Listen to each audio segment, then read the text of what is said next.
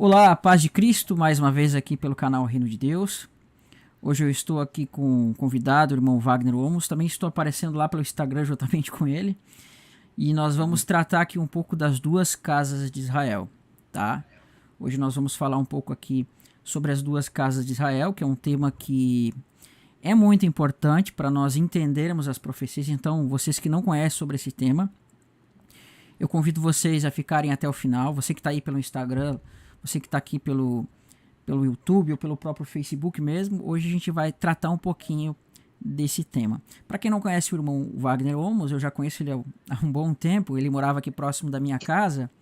Nós éramos quase vizinhos aqui em Viamão. Hoje ele está morando nos Estados Unidos, né? Mas a gente sempre troca uma ideia, conversa aí quando a gente consegue mesmo, né? Você quer se apresentar para nós e falar um pouco, irmão Wagner? Claro, com certeza. Então, é um prazer estar participando aqui da live do irmão Israel. A gente já se conhece aí, eu acho que já tem uns 7 anos, irmão, Já, mais ou já menos. tem bastante tempo, sim. Exatamente. Mas infelizmente, quer dizer, coisas da vida, né? Me mudei para cá, já faz 5 anos que eu moro aqui nos Estados Unidos e a vida seguiu, como se diz. Mas eu sempre me sinto lisonjeado porque eu aprendi muito com o canal do irmão Israel. Aprendi muito com ele, aprendi muito com o irmão Luiz na época também, entende? A gente aprende, a gente consegue filtrar e aprender um pouco com cada irmão. Mas, graças a Deus, o irmão Israel conseguiu passar um entendimento muito bom. E eu sempre fui uma pessoa dedicada assim no estudo também, e por isso eu decidi, já tinha o meu canal aberto, mas eu não tinha muito conhecimento. Então, estudando a palavra de Deus, eu decidi pôr em prática, porque eu acredito na urgência que tem em pregar o evangelho, principalmente em meio aos tempos que a gente vive hoje, né? Sabendo da iminência da volta de Cristo. Glória a Deus. Então, temos que tocar trombetas. Mesmo que esse tempo de tocar trombeta ainda não chegou, a festa propriamente dita, né? Como a gente entende, mas a gente deve tocar trombeta nos nossos tempos, sim. Eu acredito nisso. Paulo fala, né, que nós devemos falar a palavra em tempo e fora de tempo. Deixa eu só pedir um feedback para os irmãos. Irmãos, eu preciso só que vocês me digam como é que tá a imagem, como é que tá o som aqui. Eu tô trabalhando num sistema novo aqui, ele é um pouquinho mais pesado, então pode ser que dê um pouquinho de lag aqui. Eu preciso que os irmãos me dêem um feedback se o som tá saindo, se tá travando, se a imagem tá aparecendo aí, tá? Vou pedir para vocês aí, na medida do possível. Quando aparecer assim alguma coisa estranha, vocês me avisem, tá? Quero agradecer os irmãos que estão conosco aqui pelo YouTube, a irmã Adriana, o irmão Rogério Matias, grande parceiro, Amém. Conheço faz irmão, muita gente boa. O irmão Ricardo, a irmã Evelyn, aqui conosco, a irmã Adriana, a irmã Moisés Santana, a irmã Tamires, a irmã Suzana Tineu mais uma vez conosco aqui também. Muito obrigado, irmão Rogério, Deus abençoe pelo seu feedback. O irmão DBS Melodias, eu não sei o nome, tá ali, DBS Melodias, tá? Vocês podem acompanhar o chat que ele aparece aqui também, as pessoas que estão mandando mensagem, tá aparecendo aí no meio, tá?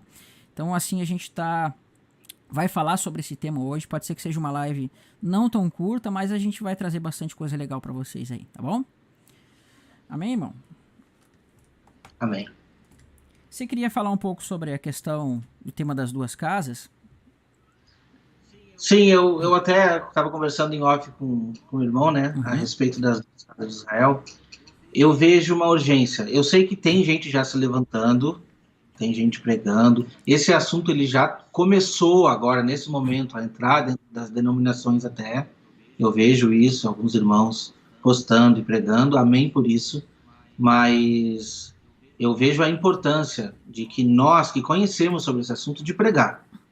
É muito, muito mais agora do que antes. Por quê?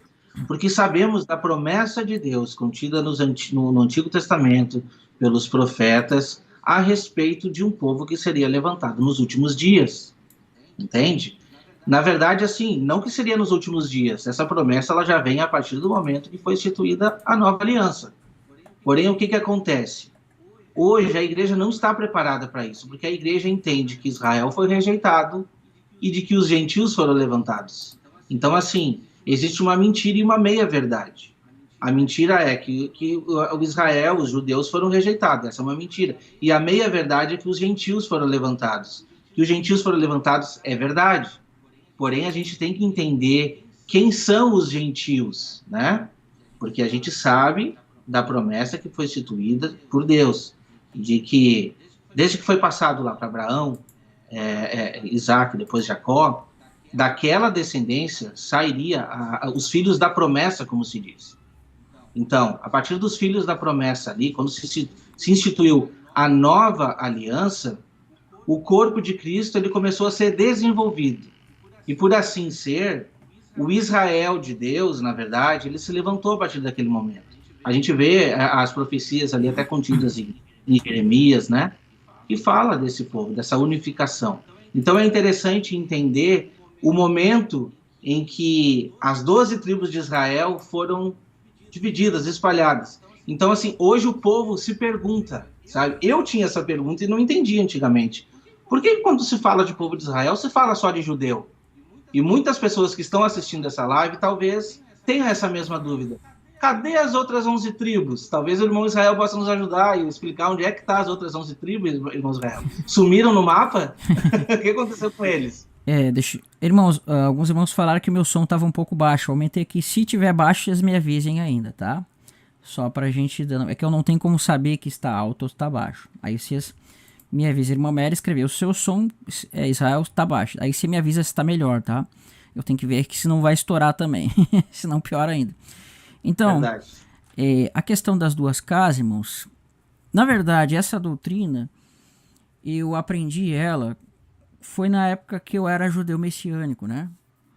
Então, uma das coisas boas, assim, que eu absorvi do judaísmo messiânico foi a questão de que o judaísmo messiânico me fez enxergar uma parte da escritura que até então nós não víamos, né? Muitas vezes o cristianismo tradicional, como um todo, como nós conhecemos nas igrejas, como você nasce e você vai na uma igreja, Assembleia de Deus, qualquer igreja que nós imaginarmos, eles não têm um entendimento exato do que é Israel, né?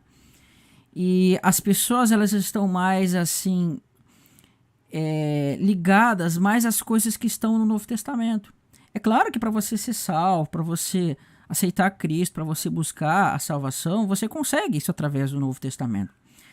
Porém, aí eu vejo que fica assim um pouco vago de você entender muitos significados, né? Muitos significados que estão presentes em toda a Escritura acabam se perdendo. E aí, quando você tem frases no Novo Testamento onde Paulo cita textos dos profetas, da lei, você acaba interpretando de uma forma meia vaga, onde você apenas vai utilizar aquele contexto imediato ali, sem entender o que Paulo tinha na mente, né? Então, o que a gente estava tratando aqui? É que as pessoas, elas não entendem exatamente o que significa o Israel de Deus, né? E a gente vai tentar abordar. Posso mostrar um texto aqui na tela, irmão? Vamos claro. Mostrar um texto aqui na tela, tá? Então, olha que interessante. Nós vamos ver aqui com quem a nova aliança ela foi firmada, tá? Então, não precisa ver os outros contextos aqui, os outros textos desse verso aqui, desse capítulo. Basta a gente entender esse daqui, que diz assim: Eis que vem dias, diz o Senhor, em que firmarei uma nova aliança com a casa de Israel e com a casa de Judá. Então percebe, irmão? Você consegue ver aqui que a nova aliança, ela não tem uma enfatização aqui com os gentios. Eis que vem dias, diz o Senhor, em que firmarei uma nova aliança com a casa de Israel e com a casa de Judá. Não conforme a aliança que fiz com seus pais, no dia que os tomei pela mão para os tirar da terra do Egito. Porquanto eles anularam a minha aliança, não bastante os haver desposado, diz o Senhor. Porque esta aliança que firmarei com a casa de Israel depois daqueles dias, diz o Senhor, na mente lhes imprimirei as minhas leis, também no coração lhes escreverei, e eu serei o seu Deus, e eles serão o meu povo. Então, né, a gente vê aqui, irmão, que não tem necessariamente, pelo menos diretamente, tratando de gentios aqui.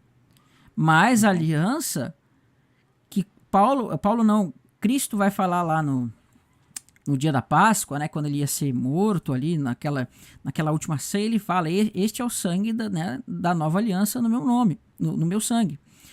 Então, como é que pode agora nós sermos participantes da nova aliança e aqueles que rejeitaram a Cristo não teriam aceitado Cristo? Então você vê que Paulo ele vai falar isso em Romanos, né? não pensemos que a palavra de Deus haja falhado, porque nem todos Uhum. que são de Israel são de fato israelitas, mas em Isaac será chamada a tua descendência. Então, a descendência que receberia a promessa da nova aliança é aquele que seria como Isaac. Por isso que ele disse, não pensemos que a palavra de Deus haja falhado. Por quê? Porque as promessas foram feitas para Israel. Mas se Israel não aceitou Cristo, como é que então vai se cumprir? Significa que a palavra de Deus falhou? Não. Significa que o entendimento sobre, de fato, quem é considerado como Israel está equivocado. Equivocado em que sentido? As pessoas elas estão julgando ser de fato Israel de Deus aqueles que não creem. Mas a palavra diz, né? Que aqueles que são considerados como filhos de Abraão são aqueles que são pela promessa, né? Então assim a gente começa a entender. Você queria acrescentar alguma coisa, irmão? Não, é exatamente isso, exatamente isso. A gente consegue ver também, você falou, citou ali a carta aos Romanos, né? Em Romanos 9, Paulo, da onde que Paulo tirou aquela ideia lá de Romanos 9, do versículo 22 ao 29? A ideia que ele tirou do profeta Oséias. Então, quando a gente lê a carta de Oséias, ali está muito bem explicado a respeito do plano de Deus para fazer essa unificação, né? Então, ali ele trata, no capítulo 1, exatamente, Oséias 1, vai tratar exatamente das duas alianças, e aí ele faz todo o plano de aproximação a partir do capítulo 2, quando ele diz, né, aquela que não era amada vai voltar a ser amada. Então, assim, a promessa de Deus, ela foi instituída para toda a humanidade. Porém, a gente tem que entender que quando a divisão das 12 tribos aconteceu, as 10 tribos, que era a casa, no caso de Israel naquela época, eles foram para um lado. E as outras 2 tribos, que a gente sabe que é Judá e Benjamim, tanto que Paulo, ele se considerava judeu, da tribo de Benjamim, né? Então, essas outras 2 tribos, elas praticamente assumiram o povo e é hoje o que a gente entende como o Israel, entre aspas. Porém, a gente pode ver Paulo pregando para as 12 tribos que estavam dispersas. Ele diz claramente, né? Lá em Tiago 1:1, ele fala, né? Olha, essa carta aqui está sendo dedicada para as 12 tribos da dispersão, entende? Então, ele entendeu que aquela mensagem seria estendida para todos. Então, quando a gente entende isso, a gente não faz uma divisão de povos, divisão de gente, né? Isso nos ajuda também a entender de que não existe uma denominação, tipo assim, você tem que vir na minha denominação, senão você está perdido. Não existe isso. Não existe isso, porque a própria palavra de Deus não nos autoriza a fazer isso, né? Você falou uma coisa interessante, irmão, que é o seguinte, né? Essa questão da unificação, né? Da união e tudo mais. Muitas pessoas, como eu falei no início da live aqui, eu acho que foi quando entrou do seu canal ali, né? Que muitas pessoas nem que sequer sabem que existe essa divisão entre casa de Israel e casa de Judá. Exatamente. Então, às vezes a gente olha assim, entendemos o contexto histórico, porém, a gente não percebe o contexto profético que Deus quis trazer para nós ali. Então, houve essa divisão, né? Quando nós olhamos para Gênesis, quando nós olhamos para Êxodo, para a lei como um todo, nós percebemos que tudo aquilo que Deus falava, ele falava com 12 tribos. Ele falava com as 12 tribos. E geralmente ele chamava as 12 tribos de casa de Israel mesmo, tá? Exato. Ele chamava de casa de Israel. Mas houve um contexto por causa do pecado de Salomão, né? Para quem não conhece, que tem pessoas aqui no Instagram que estão que não conhecem. Irmão, o irmão aqui diz que o áudio aqui no Instagram tá saindo 2 vezes, tá? Não sei se é o meu, não sei se é o seu. Não sei se tá ligado aí. Aí tem que ver se não tá captando o som do computador aí. Esteja captando, mas aí eu não sei se vai ter alguma coisa para fazer.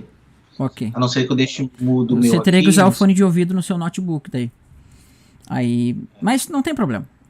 Qualquer coisa, não tem problema. Então assim, né? Deus ele vai fazer essa divisão, tá? Ele vai pegar... Nós percebemos que são 12 tribos, não é mesmo? São 12 tribos, depois nós vamos ver que no Novo Testamento Cristo vai ter 12 apóstolos, é obviamente uma ligação, né? Nós vamos ver que lá nas 12 tribos nós temos a tribo de Dan, que vai ser chamada da serpente. E aí nós vamos ver que no Novo Testamento nós vamos ter Judas. Nós vamos ter Judas que está apontando para isso. Seria um outro assunto, claro. Mas está tratando das mesmas coisas.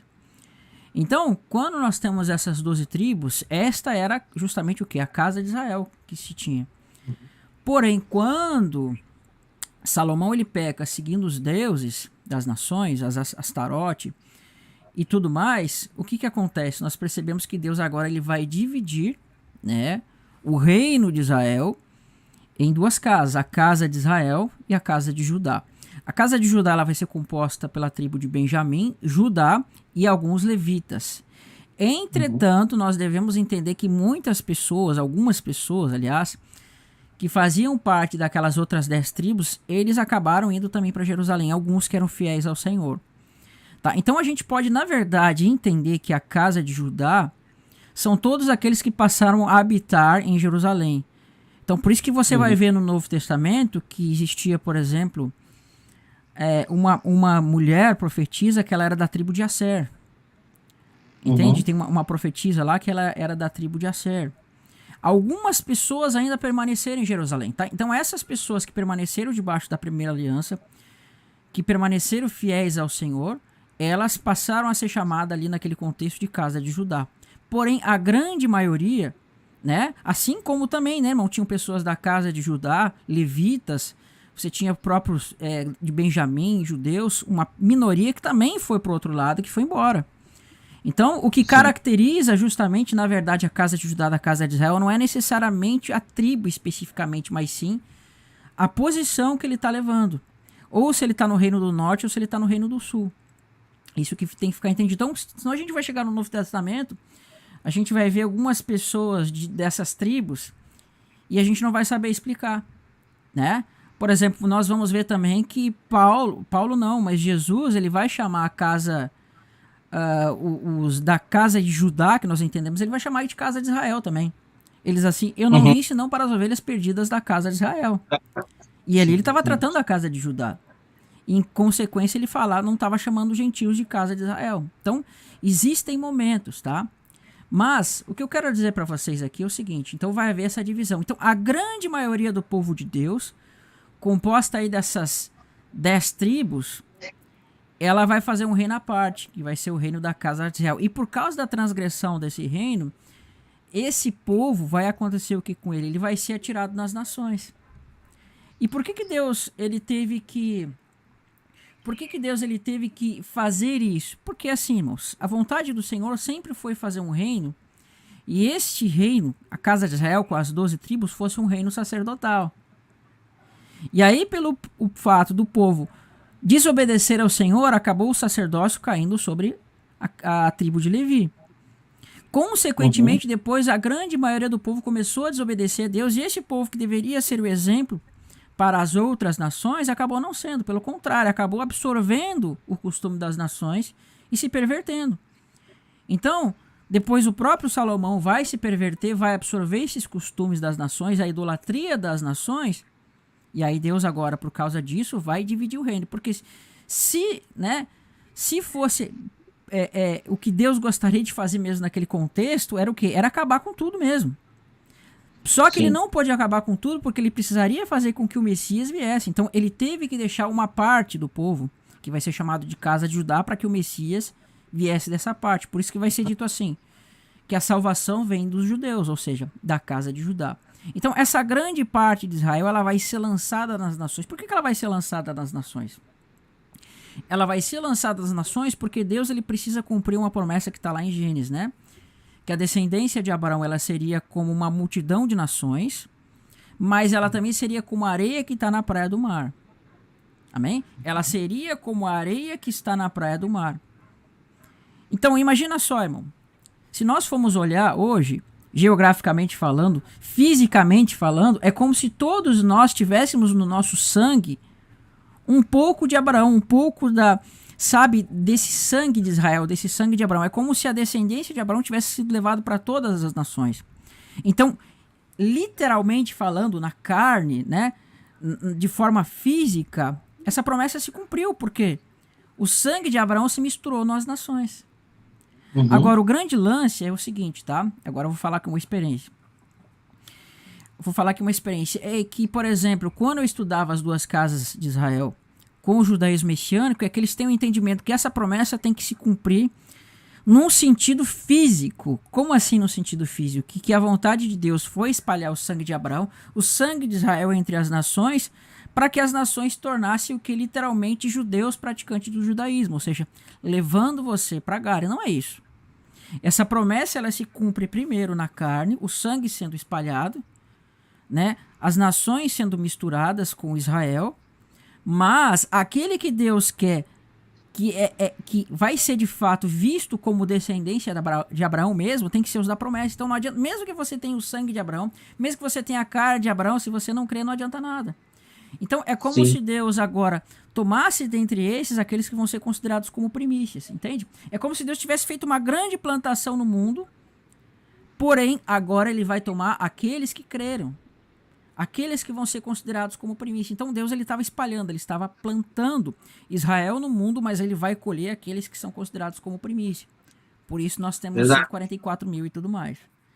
Eu tenho até uma observação a fazer aqui, que eu acho muito interessante. Aquela citação, né? Aquela passagem de Jesus por Samaria. E aí ele chega lá, encontra aquela mulher. Todo mundo conhece a história e o pessoal simplesmente quer fazer a aplicação para aquele encontro, como se fosse aquela aplicação a mais verdadeira, porque se quem for beber da água do Senhor, né? Rios de águas vão jorrar, mas não é essa. Se a gente for entender, ele está falando simplesmente das duas casas de Israel ali. Por quê? Depois que Jesus revela para aquela mulher o passado e o presente dela, ela diz assim: Senhor, mas os nossos pais dizem que é em Jerusalém que se deve adorar. Porém, esse aqui é o poço de Jacó. Ela já estava entendendo e ele já sabia que aquele ali era o local onde originalmente foi mandado as 10 tribos, né? Foi originalmente para Samaria, depois se espalhou, a gente sabe disso, mas se restaram alguns ali. Então ela fez aquela pergunta para ele e ele respondeu: olha, não é nem aqui nem ali, porque o verdadeiro adorador, ele adora em espírito e verdade.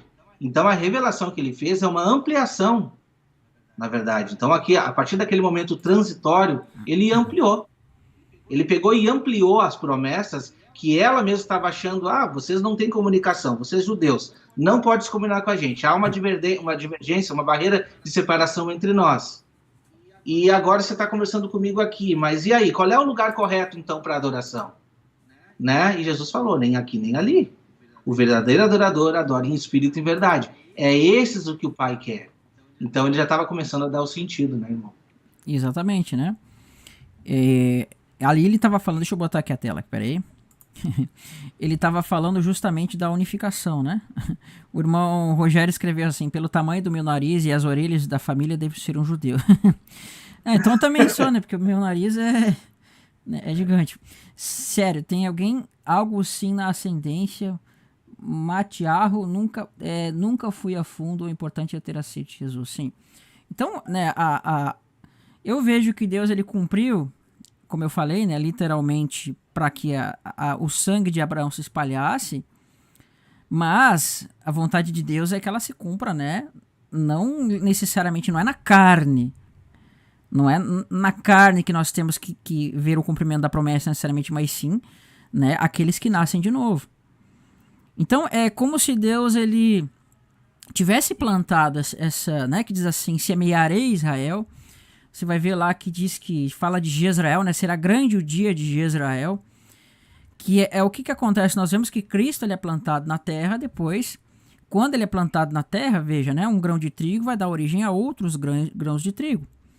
Então é mais ou menos como se Cristo fosse plantado na terra e nós fôssemos colhidos. Porque de um grão vem muitos, né? Então, primeiro, ela começa no literal, porque Deus ele tem que cumprir a promessa na carne para cumprir o que foi falado a Abraão, né? Que a tua descendência será uma multidão de nações. Só que mesmo assim, nessa multidão de nações, irmão, não é porque nós fazemos parte literalmente do sangue de Abraão, somos uma multidão de nações, que necessariamente nós somos salvos, nós precisamos crer.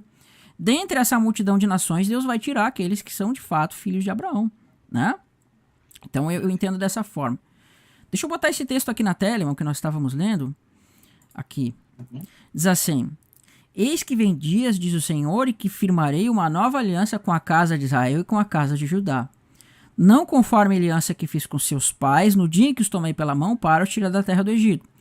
Porquanto eles anularam a minha aliança, não bastante os haver desposado, diz o Senhor. Porque esta aliança que firmarei com a casa de Israel por aqueles dias, né, na mente lhes imprimirei. Até aqui tá bom. Então olha só o que é interessante que diz aqui, irmãos. Isso aqui é muito tremendo. Eis que vem dias do Senhor e que firmarei uma nova aliança com a casa de Israel, com a casa de Judá. Olha aqui. Nós temos dois momentos aqui.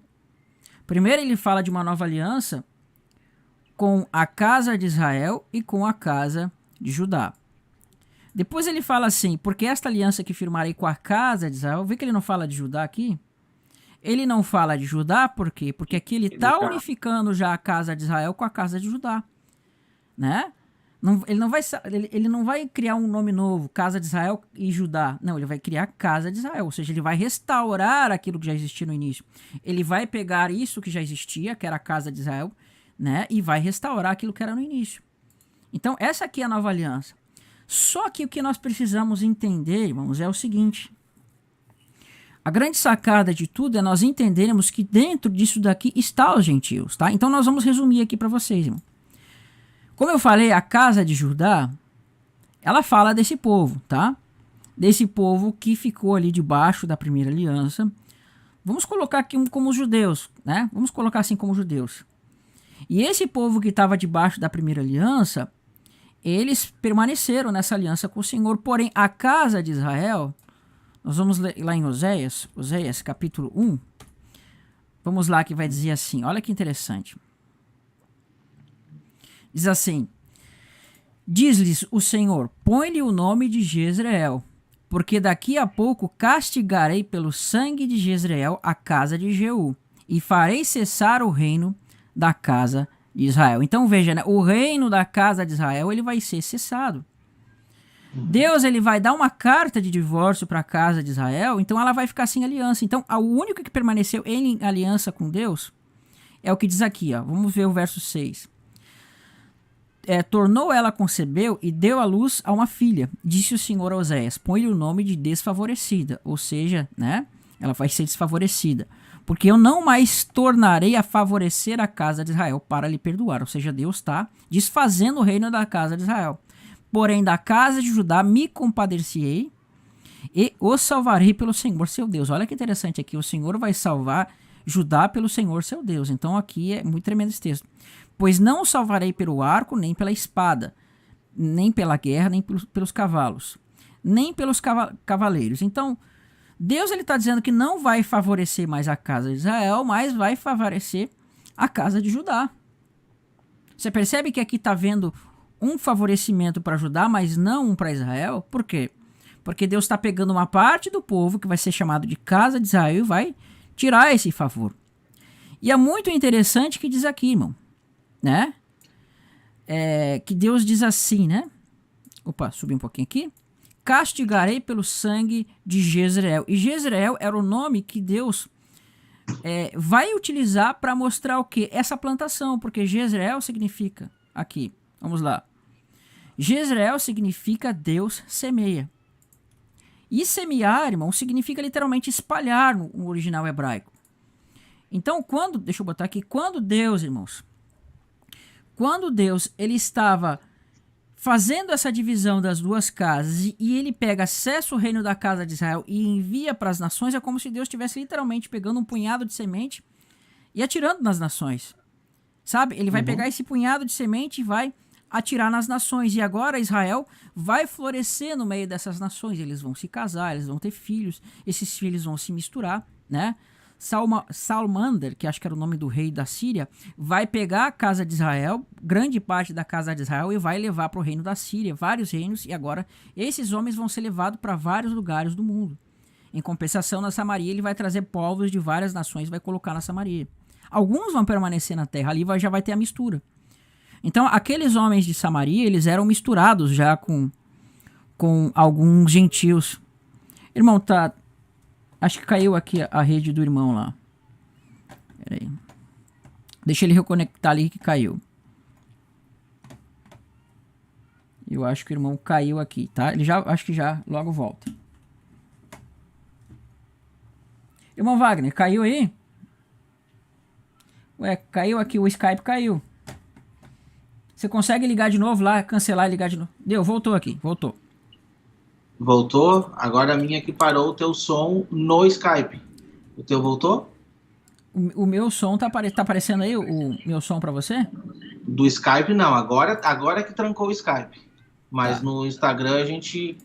Tá. Então Agora que trancou o Skype, mas no Instagram a gente tá aqui. tá, vê se voltou aí. Pera aí. Voltou aí? O meu som? Olha, aqui tá como se fosse pausado, porque tá contando o tempo. Mas eu não tô te ouvindo. Não, tá me tá, eu vou tentar ligar de novo aqui então, pera aí.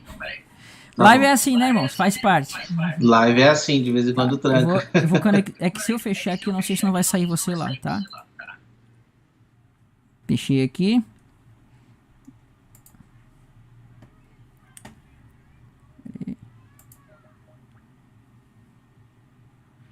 Deixa eu chamar aqui, irmãos. Espera aí. Não tô conseguindo chamar ali, irmão. Tenta me chamar ali pelo Skype, então. Você consegue? Não tô conseguindo chamar você aqui. Tá, agora foi. Aí. Tá aparecendo aí, irmão? Agora foi. Beleza, voltou aqui. Então, irmão, fizeram uma pergunta aqui, ó. Fizeram, na verdade, uma afirmação. A tal de Anne Coste escrever assim. Eu vou botar aqui na tela, tá? Mas vi um estudo, Tá. né? Mas vi um estudo que a história de Abraão é um conto e que Moisés nunca existiu. E ela escreveu assim: Abraão é uma fábula. Bom, se você não crê, né? A gente não tem culpa se você não crê.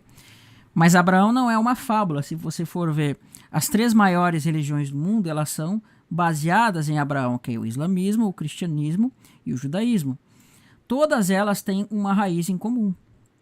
E Tanto que até o islamismo entende e aceita Abraão como um personagem, por mais que eles não creem em toda a palavra de Deus, mas eles aceitam como um personagem que existiu. Sim, né? Então, há muitos indícios de que Abraão tem escrito. Você tem indícios históricos, você tem documentos, você tem uma série de questões. Se Abraão não existiu, consequentemente não poderia ter existido Israel, não poderia ter existido um monte de povos. Povos como os midianitas, povos como, sabe, muitos árabes não poderiam ter aparecido.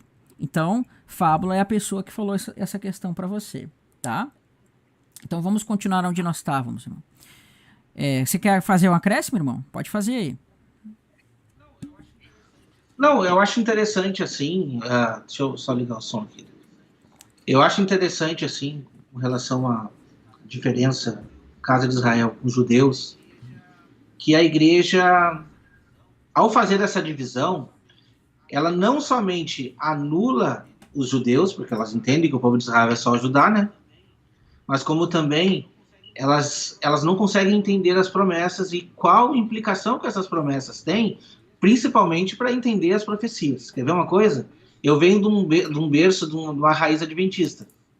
E eles dizem que as 70 semanas se cumpriram ali em Estevão e tal, e diz que aquelas 70 semanas estão determinadas para o povo de Daniel. Então, o povo de Daniel, logo, eram os judeus daquela época, tá? Então, quer dizer, o que acontece?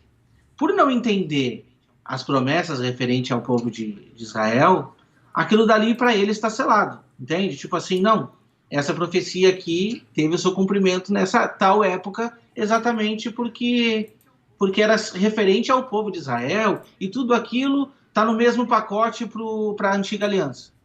Então, até um outro ponto, né? Isso daí, o entendimento sobre as duas casas de Israel, o plano da unificação de Deus, ele te ajuda a entender a troca das alianças. Porque trocou a aliança, trocou o pacto, trocou, sim. Mas a antiga aliança tinha sombras que nos trazem realidades futuras. Então, se a gente não entender as sombras, irmão, o que vai acontecer? A gente não vai conseguir pôr em prática a realidade que Deus está aplicando, entende? Eu entendo que desde o Gênesis, Deus vem falando com a gente, a própria história da criação não é somente a historinha de Adão e Eva que todo mundo prega.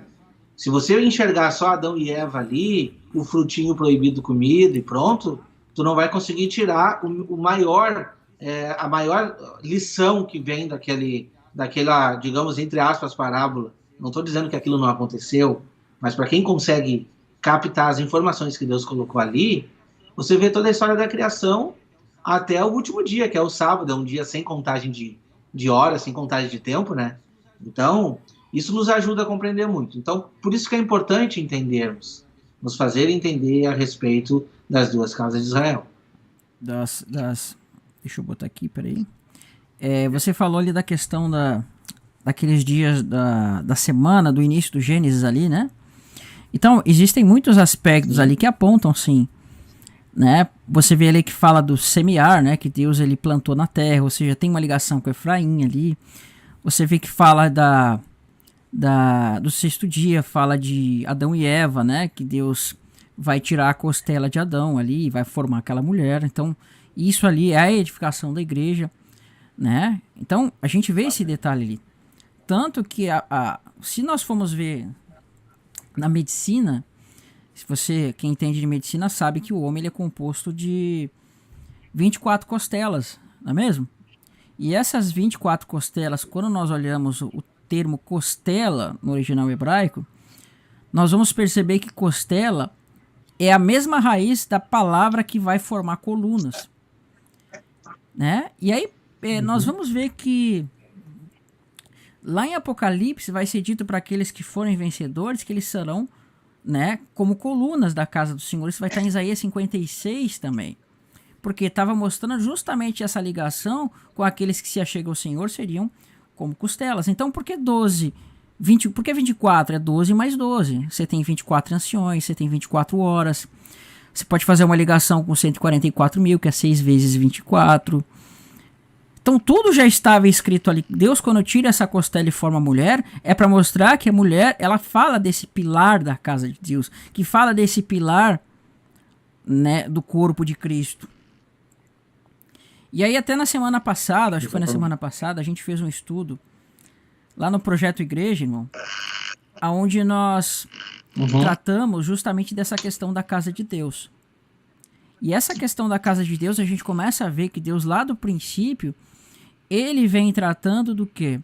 Dessa edificação. Ele mostra em Eva, ele mostra em Jacó, ele mostra em Noé, ele mostra um monte de personagens da edificação da casa de Deus, né? Então, o povo de Deus, quando se fala de 12, quando se fala de 12 tribos, quando se fala de 12 apóstolos, está apontando para essas 24 colunas, entende? Que formam a casa de Deus. Por isso que em Apocalipse, quando se trata da Nova Jerusalém, nós vamos ver que a casa tem o quê? 24 fundamentos.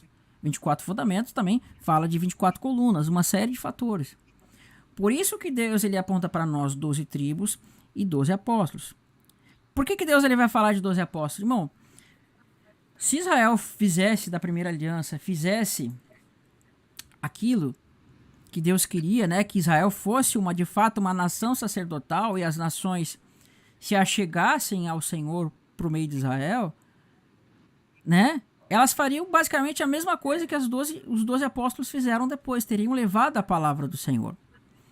Mas por causa da transgressão, por causa do erro, Deus ele refaz tudo isso que ele queria fazer no princípio, mas por causa da transgressão de Israel, isso vai se cumprir aonde? Lá no Novo Testamento. Jesus ele vai levantar de novo 12 personagens, e esses 12 personagens agora vão colher aqueles frutos, vão começar a pescar aqueles peixes que Deus já havia espalhado lá no Antigo Testamento, né? A semente e tudo mais. Sim. Pode fazer. Deixa eu fazer uma colocação. Ontem eu estava assistindo um vídeo seu, eu estou preparando um estudo sobre as festas, e agora veio tudo na minha cabeça aqui, que eu achei interessante, tá?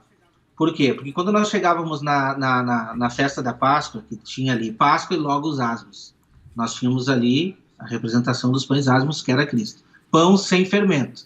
Porém, quando chegava nas primícias, antes de ser contada ali aquelas 7 semanas, né, que teria aquelas primeiras, a primeira, no caso, as primícias ali, quando chegava no final, que era o Pentecostes, e o povo deveria se apresentar novamente, ali tinha uma série de regras de que o povo deveria de apresentar naquele momento para que fosse aceito pelo sumo sacerdote.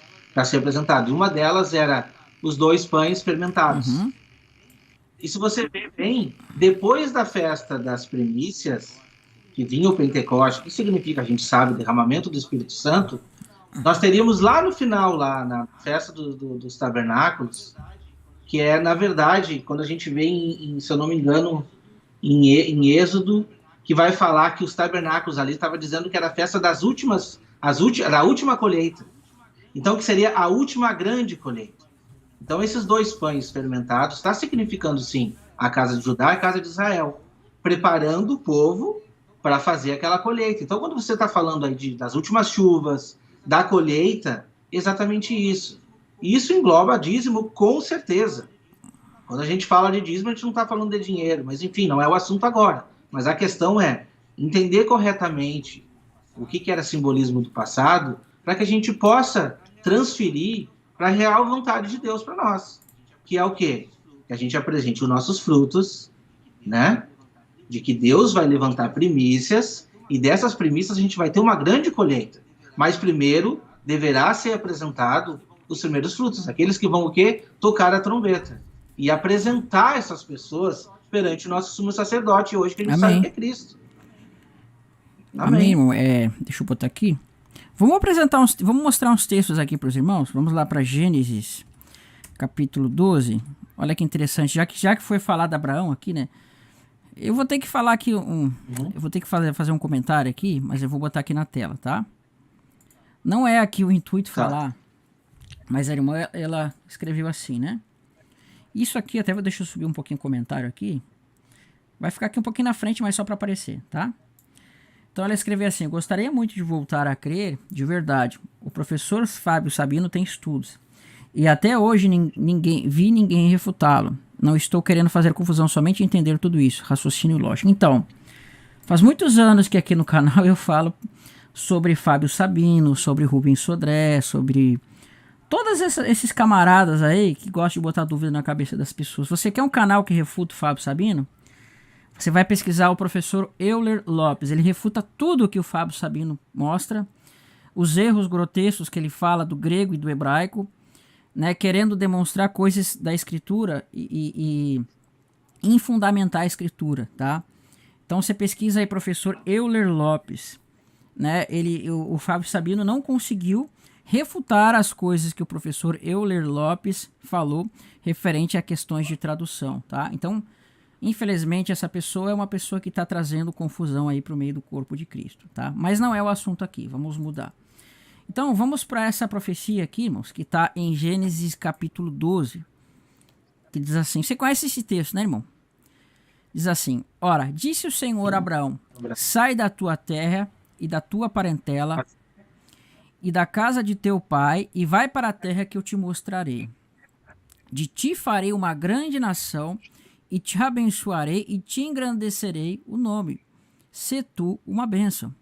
Abençoarei os que te abençoarem, amaldiçoarei os que te amaldiçoarem. Em ti serão benditas todas as famílias da terra.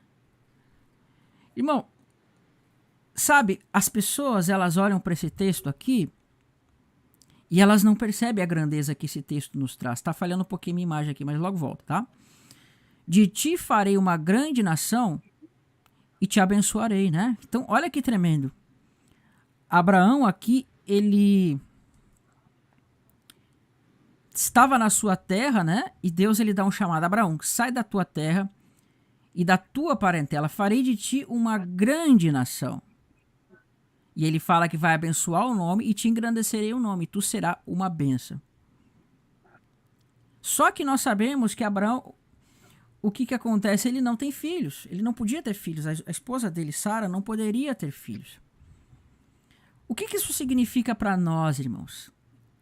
Tá? Aqui já dá um indício daqueles que vão ser considerados como, de fato, sendo aqueles que Deus considera como sendo descendência de Abraão. Irmão, se você não tem filhos, se a sua esposa ou mesmo você não pode ter filhos, imagina você receber uma promessa de Deus assim: olha, tu vais ser uma grande nação. como pode, irmão, você dizer que uma pessoa vai ser uma grande nação se ela não pode ter filhos? Isso significava que Deus estava mostrando que ele haveria de fazer um sinal de que Abraão se tornasse em multidão de nações. E aí nós vemos que Sara, que era aquela que receberia a promessa, ela haveria de dar filhos. E só que nesse meio tempo, nesse meio caminho, você percebe que vai aparecer Agar. E Agar, ela era uma pessoa normal, né? Ela poderia ter filhos como qualquer mulher. Aí você vê que tem essa ligação lógica, né? Como você estava falando de lógica. Você tem Sara, você tem Rebeca e você tem Raquel. Então Sara era estéril. Depois nós vamos ver que Rebeca era estéril, nós vamos ver que Raquel era estéril. Então era uma sucessão. Deus estava sempre mostrando este sinal de que uma mulher estéril daria filhos. E isso é uma reflexão para nós. Por quê? Porque Deus quer mostrar que aqueles que vêm segundo a sua vontade, irmãos, são aqueles que nascem de um evento sobrenatural. Olha que tremendo isso aqui, irmão. Isso aqui é muito tremendo. Nossa, eu chego a ficar arrepiado quando Deus mostra isso. Imagina assim, irmão, vamos dizer que nós somos Sara, que você é Sara. E aí Deus chega assim e diz para você, olha, daqui 1 ano voltarei e você terá um filho. Daqui 1 ano voltarei e Sara terá um filho. Aí Sara dá aquela risadinha, né? Eu, depois de velha, vou ter filho?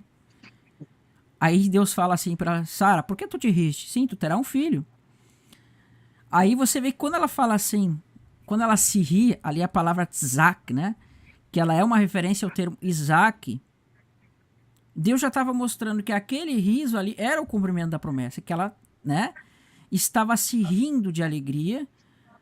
Assim como Abraão, quando Deus falou a promessa para ele que ele teria um filho, ele se ri também.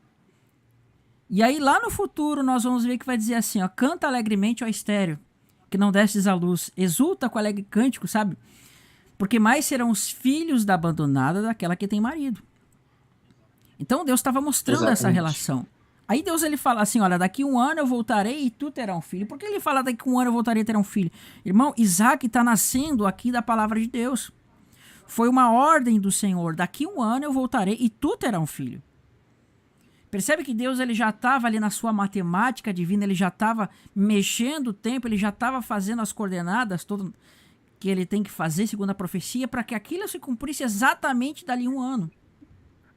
Então, é como se naquele momento ele estivesse já programando, preordenando pela palavra dele que se gerasse um filho no ventre de Sara. Então, isso é um exemplo para nós, irmão. Por quê? Assim como Deus falou para Sara que nasceria este filho, e ele nasceu pela palavra do Senhor, quando Deus falou que Abraão seria uma multidão de nações, irmão, Abraão, ele teria o quê? Que de fato, ter uma multidão de nações. Mas ele diz assim, que a tua descendência será como o pó da terra. Olha só, pó da terra fala Adão, carne, terreno. Mas ele fala, a tua descendência também será como as estrelas que estão no céu. Terra fala de terreno, estrelas fala de celestial, céu, brilha, glória, esplendor. Essa promessa se cumpre lá quando diz assim, para quebrar, né, o pensamento dos pré-tribulacionistas, que diz assim, que naquele tempo, né, muitos dos que dormem no pó da terra ressuscitarão, uns para a vida eterna e outros para o horror e vergonha eterna. Aqueles que forem sábios, resplandecerão como o fulgor do firmamento. Veja, né? Como as estrelas a brilharem sempre eternamente. Está aqui o cumprimento da promessa do Senhor. Então, essa promessa, irmão, você vê que ela vai sendo passada de Abraão para Isaac, para Jacó, vai sendo apresentada nos profetas e ela vai chegar no Novo Testamento. Mas primeiro Deus teve que plantar a descendência de Abraão entre as nações. Você quer fazer um comentário, irmão? Pode fazer aí. Sim. Quero fazer sim, dando sequência aí nesse Abraão, Isaac e Jacó. A história mais bonita que eu já escutei na palavra de Deus, que quando eu estava dando o sistema não consegui, infelizmente, escutar essa história. É quando Jacó, no seu leito de morte, ele chama, antes de chamar os 12 filhos, ele pega e chama ali José e diz assim, José, cadê os teus 2 filhos? E aí José vai lá e traz os 2 filhos dele, né? E aí na hora de passar a bênção, ele passa a bênção ao contrário do que deveria ser, né? ele pega ali Efraim e diz assim, ó, a bênção estará sobre Efraim. Porém, o próprio José tenta corrigir ele. E ele disse, não, meu filho, não. Eu sei que deveria de ser para o teu outro filho, mas a bênção vai ser para Efraim. Então, quando a gente vê essas promessas hoje, Efraim, para quem não sabe, a tradução de Efraim significa multidão de povos. Então, a promessa estendida para Efraim ali, ela vem trazendo ainda dentro dos outros profetas que dizem que a Efraim e Judá. Então, quer dizer, a casa de Israel, ela também é traduzida como Efraim, cumprindo a promessa que foi instituída por Deus. Então, Jacó passou a promessa para Efraim, que seria um filho de José. Entende? Então, eu acho magnífico.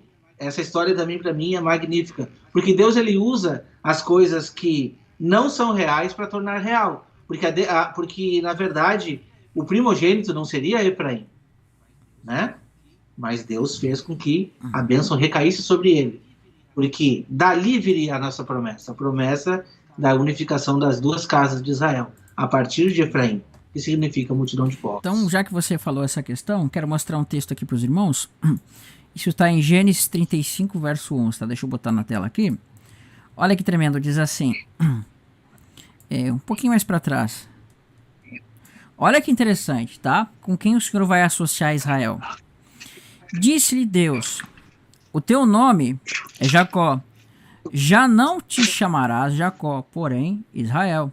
Será o teu nome, e lhe chamou Israel. Então veja aqui, em Gênesis 35, Deus está mudando o nome de Jacó para Israel. Por quê? Porque Deus ele tem um propósito com esse nome. Ele tem um propósito com esta relação de Israel. Você tem o nome Isaac, você tem o nome Abraão, você tem o nome Jacó.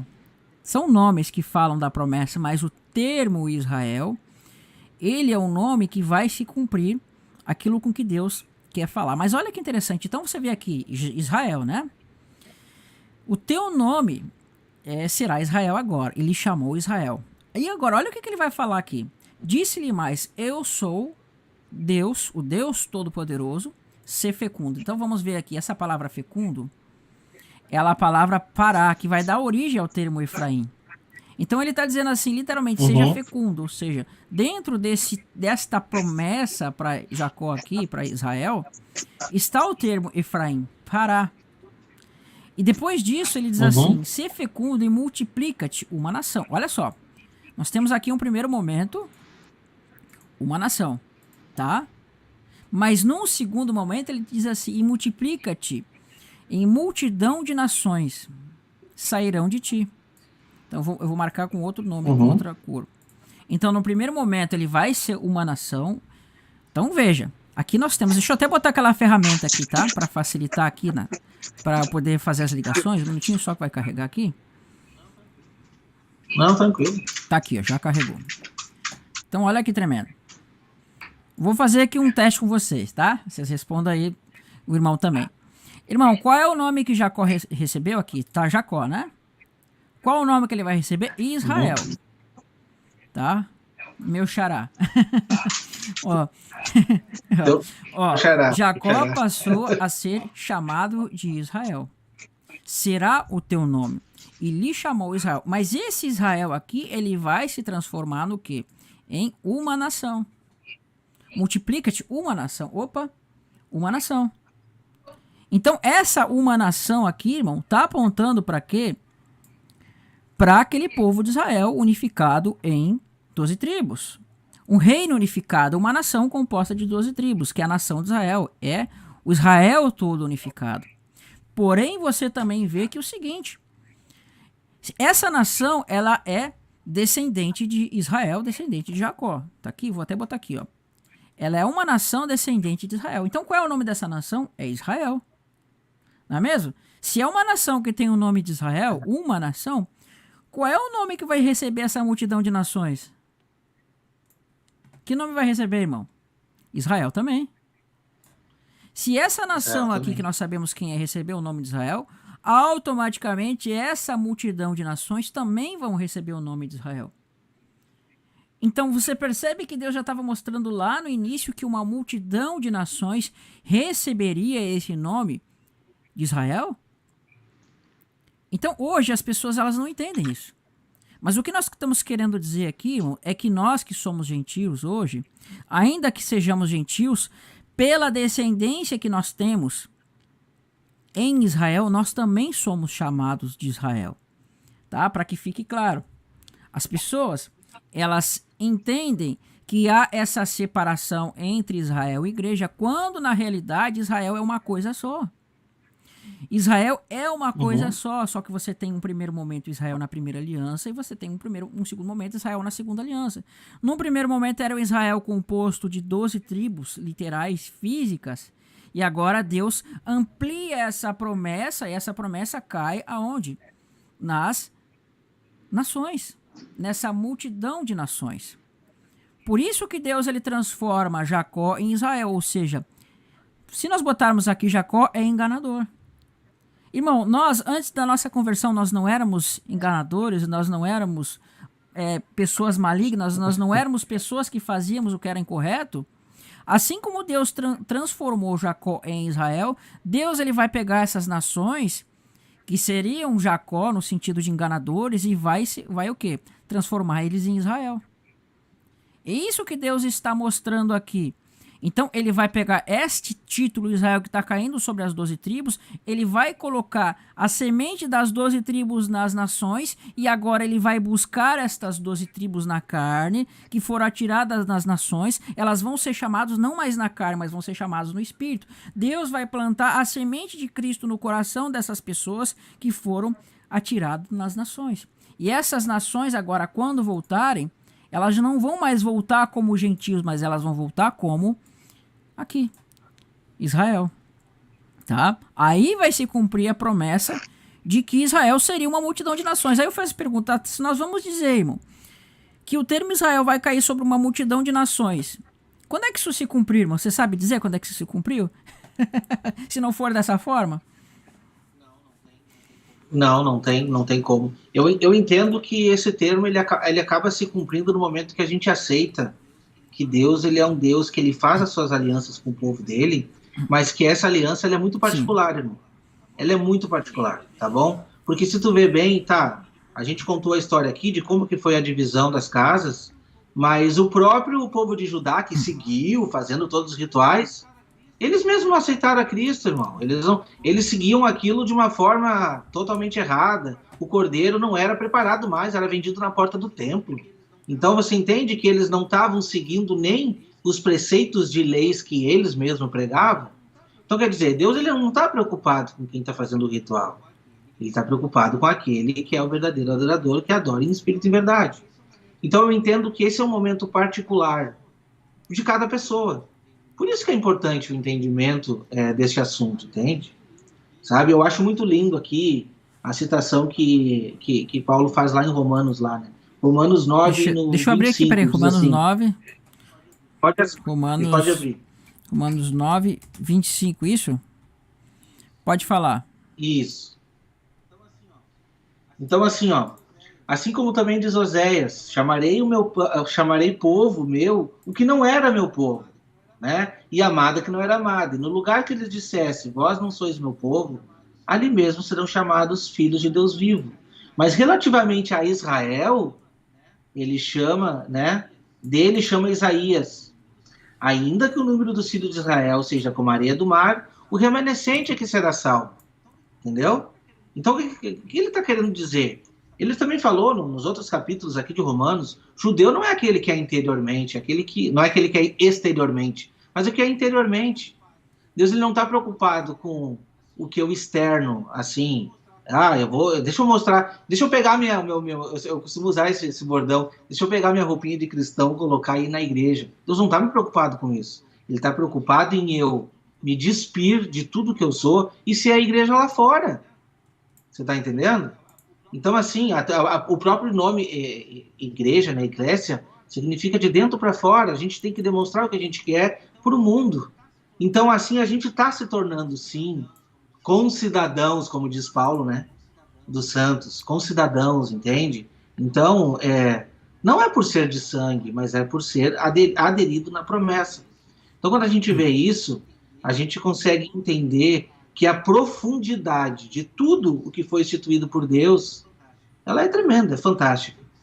Então, você que se acha assim, nossa, eu sou excluído porque eu não consigo entrar em tal sistema, eu vejo erro aqui e ali. Calma, a promessa é para os que foram espalhados para fora, entende? Então, primeiramente, eu tenho que me preocupar com a minha vida espiritual e me aceitar como um filho de Deus.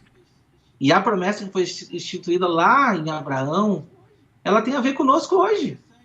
Por que é interessante, por que é importante conhecer sobre o plano das duas casas de Israel? E aí eu entro de novo no mesmo vídeo que eu vi ontem seu ali, que eu achei fantástico, não tinha me ligado nessa posição, tá? Os 144 mil, eles estão sendo comprados como primícias da terra. Como primícias. Mas se a gente for olhar ali, a gente não vai conseguir dar aquela literalidade de 12 de cada tribo. Não tem como. Né? Não, mas aí, será que é só 12? Não, não é. Ele está te dando uma totalidade de um povo que foi espalhado e está sendo ajuntado novamente. Entendeu? Não os de sangue, os da promessa. Do contrário, a gente vai ter que começar a calcular e dizer assim, não, peraí, é uma seleção dos 12 mais santos. E aí vão entrar ali dentro daquilo. Não é isso, irmão. É uma grande multidão depois que vai sendo colhida, né? E elas estarão com palmas nas mãos, como se diz, né? Essa grande multidão depois da colheita. Então eu acho assim fantástico. Eu acho que quem estuda a palavra de Deus deveria estar inteirado sobre esses assuntos. Deveria sim conhecer e se aprofundar um pouco mais, porque isso que o mundo tá? Eu posso me salvar sem conhecer as duas casas de Israel? Lógico que pode. Mas agora, você tendo esse entendimento, você vai prestar um pouco mais atenção na sua vida, você vai se dar uma importância maior que você não se dava antes. Porque assim, tá, eu já ouvi que eu sou filho de Deus, eu já ouvi tudo, mas você tem uma promessa para você. A promessa foi feita, é para você. Então não fique pensando, não, Deus tinha um povo, era um povo no passado, o povo de Israel, e aquela era a menina dos olhos de Deus. A menina dos olhos de Deus é você, meu irmão. Você é a menina dos olhos de Deus. Então esquece todo esse pacote que a gente trouxe até agora e pense nisso. Porque essa promessa é dada para você. Essa é a minha participação que eu queria deixar no Não, tranquilo. Então, você falou essa questão aqui, né? É que a gente estava falando... Lembra que eu falei, irmão? Olha que interessante. Sobre areia, estrelas e tudo mais. Diz assim, né? Inclusive aqui, né? Aqui Romanos 9, perdão, que se utiliza muito para a questão de presciência, calvinismo e tudo mais, você vê que passa batido esse texto aqui, né? Que aqui você vê que começa aqui falando... Olha aqui, vamos ler Romanos 9 aqui do início, tá? Digo a verdade em Cristo e não minto, testemunhando comigo no Espírito Santo e a minha própria consciência. Tenho grande tristeza e incessante dor no meu coração, porque eu mesmo desejaria ser anátema, separado de Cristo por amor de meus irmãos, né? Então, quem são esses irmãos? Meus compatriotas segundo a carne. Ele vai chamar assim, são israelitas pertencentes à adoção, são também as glórias, as alianças, a legislação, os cultos e as promessas. Deles são os patriarcas, também deles descende o Cristo, segundo a carne, o qual é sobre todos, Deus bendito para todos sempre. Aí ele fala aqui, olha que interessante. Não pensemos que a palavra de Deus haja falhado, porque nem todos de Israel são de fato israelitas. Então ele está mostrando que ainda que esses daqui, que são israelitas, na verdade, ele diz assim, e não pensemos que a palavra de Deus haja falhado, porque nem todos os de Israel são de fato israelitas, nem por serem descendentes de Abraão, são todos os seus filhos. Mas em Isaque será chamada a tua descendência. Lembra que eu falei lá que Isaque era aquele que nasceu da promessa? Então ele está mostrando que aqueles que são considerados de fato como descendentes de Abraão não é aqueles que são necessariamente carne, mas são aqueles que são como Isaque, ou seja, que é aquele que nasceu segundo a palavra, que é aquele que veio daquela forma que eu falei, miraculosa, sabe? Que Sara era estéril e Deus ele fez um milagre, Deus ele fez um sinal, dando àquela mulher que era estéril a oportunidade de ter filhos. Então isso não era uma coisa normal, era uma coisa totalmente diferente do normal. Ele continua. Isto é, esses filhos de Deus não são propriamente os da carne, mas devem ser considerados como descendência os filhos da promessa. Porque esta é a palavra da promessa, né? é esta: por este tempo virei, que a gente falou, e Sara terá um filho. E não somente ela, mas também Rebeca, ao conceder um só de Isaque, nosso pai. Ainda eram os gêmeos nascidos, nem tinham praticado bem ou mal, para que o propósito de Deus quanto à eleição prevalecesse, não por obras, mas por aquele que chama. Não vamos falar sobre isso aqui agora. Já fora dito a ela: o mais velho será servo do mais moço. Como está escrito, amei a Jacó e me aborreci de Esaú. Então ele vai falando aqui sobre Faraó, Esaú, Jacó. Por quê? Porque ele está fazendo uma relação daqueles que são da carne com aqueles que são do espírito. Aí nós vamos chegar no contexto aqui, ó. Diz assim: que diremos, pois? Se Deus, querendo mostrar a sua ira, deu a conhecer seu poder e suportou com muita longanimidade os vasos de ira preparados para a perdição. Quem esses vasos de ira aqui no contexto? São aqueles israelitas incrédulos. Você vai entender isso. Aqueles israelitas naquele contexto, eles são os vasos de iras que neste contexto ficaram o quê? Endurecidos. A fim de que também desse a conhecer as riquezas da sua glória em vasos de misericórdia. Para quê?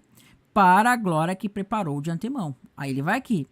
Os quais somos nós. Quem? Quem somos nós? Paulo, que é judeu, e nós que somos gentios. Os quais somos nós, a quem também chamou não só dentre os judeus. Aqui você tem os apóstolos, você tem, né, algumas pessoas que se converteram, você tem judeus, mas também dentre os gentios. Aí ele explica: assim como também dizem Oséias, chamarei povo meu ao que não era povo. Então ele está dizendo que vai chamar alguém que não era seu povo de povo meu, né? E amada que não era amada. E no lugar que se lhe disse, vós não sois meu povo, esse texto está lá em Oséias. Deixa eu abrir aqui uma outra Bíblia aqui. Vamos para Oséias. Oséias, capítulo 1, acho que é verso 10, se eu não me engano. Diz lá. Olha que interessante. Todavia o número dos filhos de Israel. Então está falando de quem aqui, irmãos? Todavia o número dos filhos de Israel será como a areia do mar, que não se pode medir. Opa, peraí, botei o errado aqui. Olha lá. Será como a areia do mar, que não se pode medir, nem contar. E acontecerá que no lugar onde se diz, vós não sois meu povo, se lhes dirá, vós sois filhos do Deus vivo. E aqui, quando você vai no Novo Testamento, olha para quem ele vai aplicar. Né? Assim como, vamos ver daqui, ó. Os quais somos nós, quem também chamou não só dentre os judeus, mas também dentre os gentios. Assim como também dizem Oséias, chamarei o povo meu que não era meu povo, e amada a que não era amada. E no lugar que ele se lhe disse, vós não sois meu povo, ali mesmo serão chamados filhos de Deus vivo. Só que essa promessa em Oséias está para quem? Está para a casa de Israel. Percebe? Então Deus está dizendo, olha, ainda que Israel seja como a areia que está na praia do mar, estes, né, que são chamados hoje não meu povo, vão ser chamados de filhos do Deus vivo. Em João diz assim, né, que nós que cremos em Cristo, Deus deu o poder através de Cristo de sermos chamados de filhos de Deus. Então esses aqui que estão sendo chamados, irmãos, de vós não sois meu povo, mas ali vai ser chamado de filhos de Deus vivo, são pessoas que converteram a Cristo, obviamente. Aí ele diz aqui, olha só, é continuação do texto, tá? Aqui mais, tem muita coisa de Oséias nesse texto. Vamos ler aqui para vocês entenderem. Então aqui, ó. Todavia, o número dos filhos de Israel será como a areia do mar. Multidão de nações. Tá vendo? Vai ser uma multidão de nações que não se pode contar nem medir. Que não se pode medir nem contar. E acontecerá que no lugar vós não sois meu povo, ou seja, gentios, irmãos. Gentios, vocês não são meu povo. Né? Aí vai dizer assim, no outro lugar diz, vocês, né, vós não sois meu povo, se ele dirá, vós sois filhos do Deus vivo. E aqui está a continuação do texto. Mas relativamente a Israel, dele clama Isaías. Ainda que o número dos filhos de Israel seja como a areia que está no mar, o remanescente é que será salvo. Então o que nós temos que entender aqui, irmão? Que de fato, Deus ele fez com que Israel se transformasse numa multidão de nações, que Israel se transformasse e ficasse incontável como a areia que está na praia do mar, porém desses incontáveis, dessas multidões de nações, desses muitos povos, aqueles que vão ser tirados, que vão ser salvos, está aqui, ó, o remanescente. Então não é porque Abraão teve uma multidão de nações como a areia que está na praia do mar que necessariamente essas pessoas estão salvas. Mas quem vai ser salvo é aquele que vai ser considerado como remanescente. E o que é esse remanescente? Remanescente, irmão, vamos tentar entender isso daqui. Tá escutando aí, irmão? É o nome do seu canal, né? Remanescente. Tá, então vamos tentar entender isso aqui. Irmão, remanescente, você tem vários entendimentos na escritura para se entender. Remanescentes são aqueles que sobram, são aqueles que vêm depois, são aqueles que o Senhor escolhe. Então deixa eu dar um exemplo para vocês. Quando os israelitas saíram do Egito, irmão, eles saíram do Egito, eram 600 mil homens. Destes 600 mil homens, imagina, você tem 600 mil homens, aí você bota uma esposa para cada um, já são 1.200.000. Se cada um tiver um filho, você tem aí quase 2 milhões de pessoas, fora os estrangeiros que estavam lá. Então, basicamente, foi 1,5 milhão de pessoas a 2 milhões que saíram do Egito. Aquele povo que saiu do Egito, a grande parte dele morreu no Egito, morreu no deserto, perdão. Mas aqueles que entraram na terra prometida foram os que restaram do povo. Foram aqueles que eram os filhos deles que vieram depois. Percebe que essa é a relação com o remanescente? Então, este primeiro povo na carne, assim como aquele Israel que saiu do deserto não pôde entrar na terra da promessa, assim também esse primeiro Israel na carne, que não creu, né?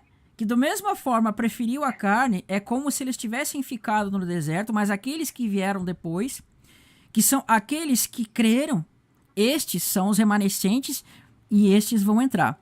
Aí eu vou fazer uma pergunta para você, irmão. Entre Ismael e Isaac, quem veio primeiro? Veio Ismael, não foi? Mas Ismael, quem que recebeu a primogenitura?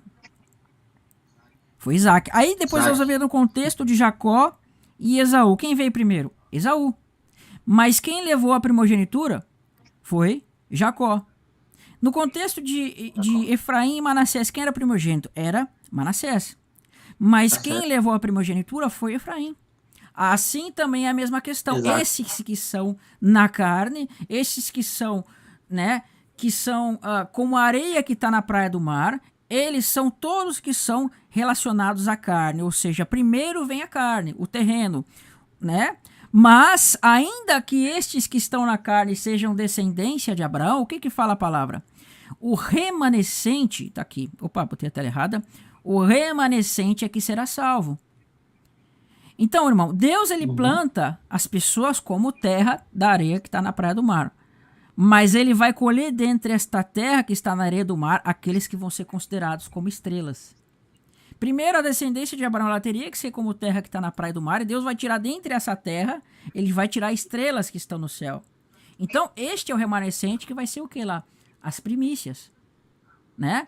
Deus vai estar tirando dentre este grande número dos filhos de Israel, que foram tirados entre as nações, ele vai tirar aqueles que vão ser considerados como primícia, aqueles que vão ser considerados como estrelas que estão no céu, para se cumprir o que? A promessa da descendência terrena e a promessa da descendência na realidade. Amém?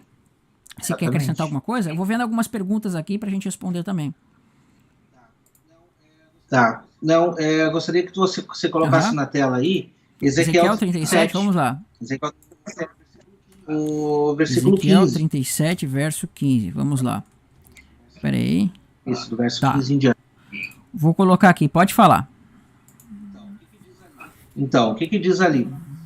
Veio a minha palavra do Senhor dizendo: Tu, pois, ó filho do homem, toma um pedaço de madeira e escreve nele, para Judá, e para os filhos de Israel, seus companheiros. E depois toma outro pedaço de madeira e escreve nele, para José, pedaço de madeira de Efraim, e para toda a casa de Israel.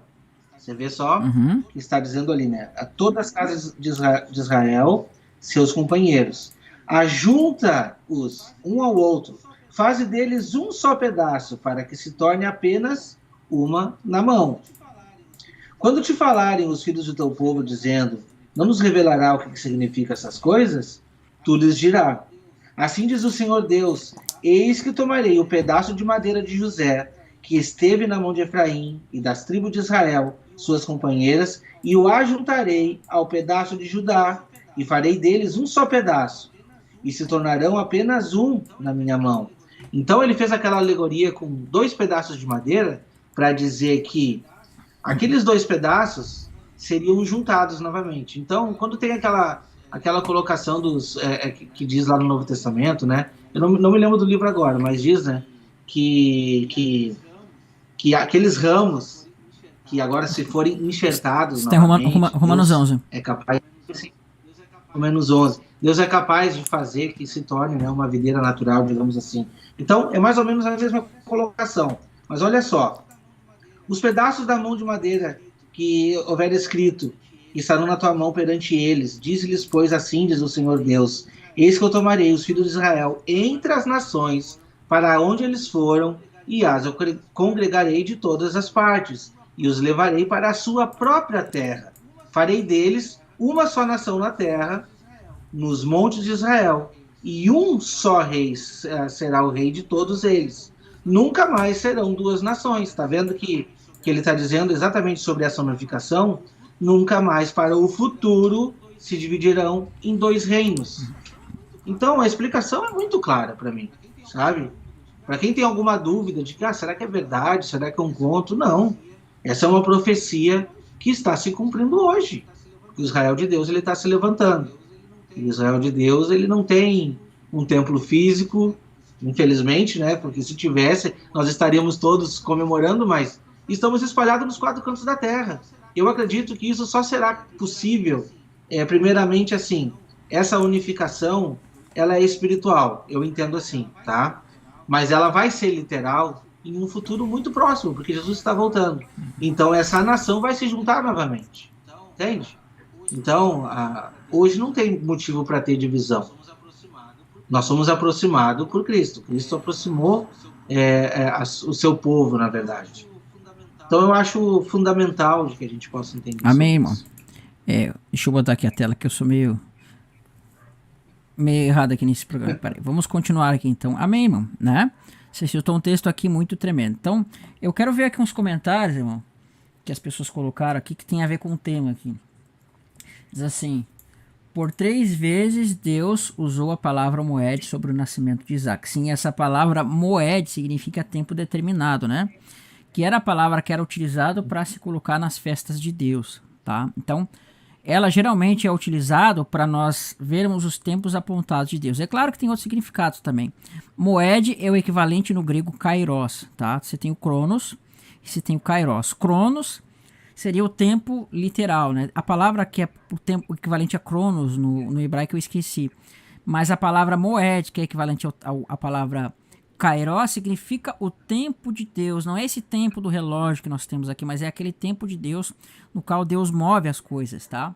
Para ser uma explicação mais breve. Então Deus estava mostrando ali, sim, Isaac, cumprimentos das coisas que viriam.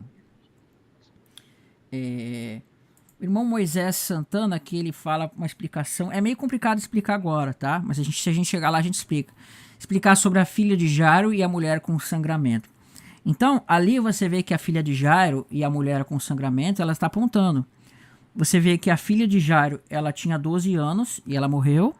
E você vê que a mulher que tinha um sangramento, ela fazia 12 anos que estava com aquele sangramento, né? Então, 12 dá 24.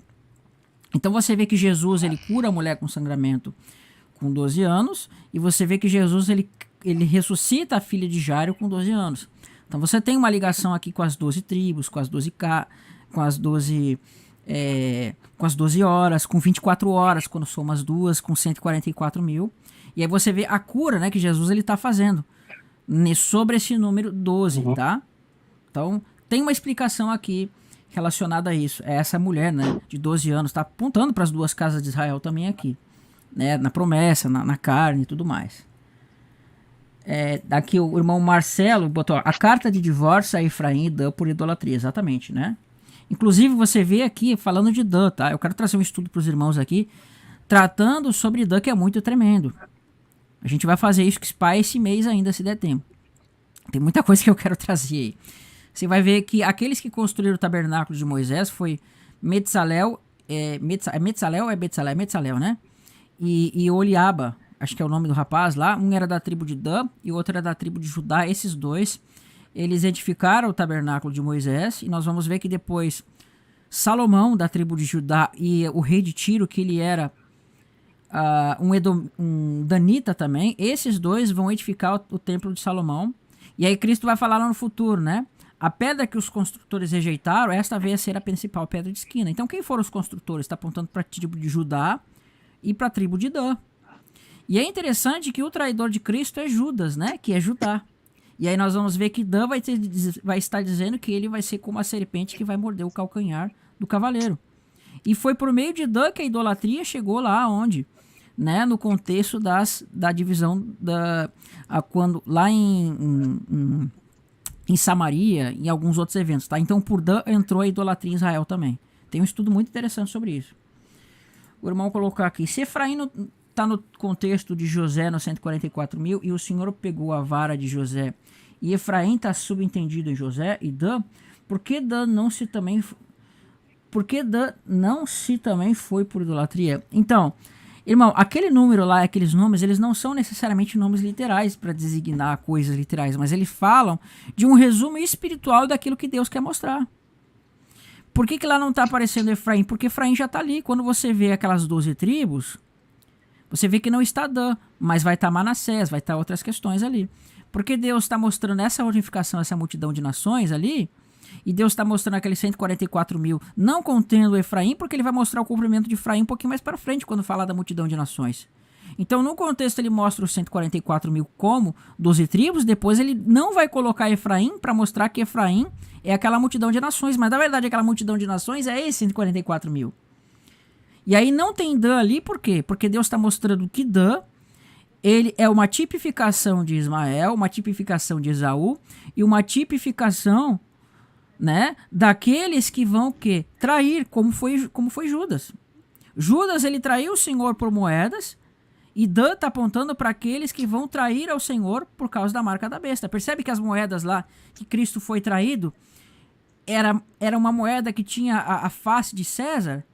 A diferença é que no Apocalipse, a moeda, entre aspas, ela vai ter a face da besta, o nome da besta. Então, assim como Judas traiu o Senhor por moedas, Deus está apontando em Dan a mesma coisa lá no final, tá? Está apontando a mesma coisa lá. Só que Deus, ele fala do quê? Ele mostra Judas lá no contexto da traição de Cristo para mostrar a casa de Judá, tá? Então a gente pode trabalhar sobre isso no outro dia. Deixa eu ver o que os irmãos falaram. Graça e paz, irmã Gina. Desculpa os irmãos que passou o comentário. Deixa eu ver. Paulo, Serafim, teoria e prática. Irmãos, as duas casas de Israel e todas as outras nações já foram unidas na cruz e na ressurreição de Cristo? Dá tempo de eu responder aqui, irmão? Tá. Não, você tá ocupado de tempo aí, também não quero tomar seu tempo. Não, acho que dá mais uns 10 minutinhos, tá então, tranquilo assim, pra mim. O que acontece? Irmão, em espírito, tá? Em espírito nós estamos unidos. Em espírito nós fomos unidos ao Senhor. Né? Então Paulo fala assim que quando ele ia expulsar aquele homem que teve um caso com a própria madrasta, ele disse assim, que ele, no espírito, que estava reunido convosco lá, no nome do Senhor Jesus Cristo, né, ele expulsou o ímpio de lá. Ainda que ele não estava lá em espírito, você tem que entender que nós somos um só corpo. É um só corpo, um só batismo, um só espírito. Todos nós espiritualmente estamos ligados ao Senhor por meio do espírito, por meio do corpo. Nós fomos batizados em um mesmo corpo, tá? Então, espiritualmente, da forma espiritual, nós fomos ligados já ao Senhor. Então, já não há mais necessariamente uma divisão, irmãos. Porém, na carne, literalmente falando, nós estamos separados. Eu estou aqui no Brasil, o irmão está nos Estados Unidos, os irmãos estão em outros estados. Há essa separação. Deus, ele primeiramente ele uniu no espírito, na morte e ressurreição, mas a união física ainda não aconteceu, né? Então, hoje, nós estamos unidos, sim, no Senhor. Aí eu quero mostrar para os irmãos 3 exemplos. Deus, ele mostrava o seguinte, imagina que nós estivéssemos no contexto lá, irmãos, da divisão das duas casas. Nós estivéssemos no contexto da divisão das duas casas. Então, nós vimos que tem a casa de Judá e a casa de Israel. Perfeito? Tem mais irmãos aqui, peraí, deixa eu botar. A casa de Israel e a casa de Judá. A casa de Israel foi para Samaria e a casa de Judá ficou como sua capital Jerusalém. Eles estavam separados, as duas casas estavam separadas, mas existiam 3 eventos no ano que essas duas casas se unificavam novamente, mesmo com a separação. A primeira unificação ela está na lei que diz assim, né? Que uma vez no ano o povo deveria subir a Jerusalém para celebrar a Páscoa. Então existiam muitas pessoas que estavam no reino da casa de Israel, que ficava lá em Samaria, que elas eram tementes ao Senhor, que uma vez ao ano elas desciam, elas subiam a realidade, iam para Jerusalém e elas se unificavam com aqueles que estavam em Jerusalém. O outro contexto vai ser no contexto do Pentecostes. Então, você vê que aquelas pessoas que estavam em Samaria, elas subiam e iam para Jerusalém, e isso também acontecia quando? Na festa dos tabernáculos. Então, Páscoa representa a morte. Primícias, que está ligado com Pentecostes, é ressurreição e derramamento do Espírito Santo. E tabernáculos fala de ressurreição a nossa.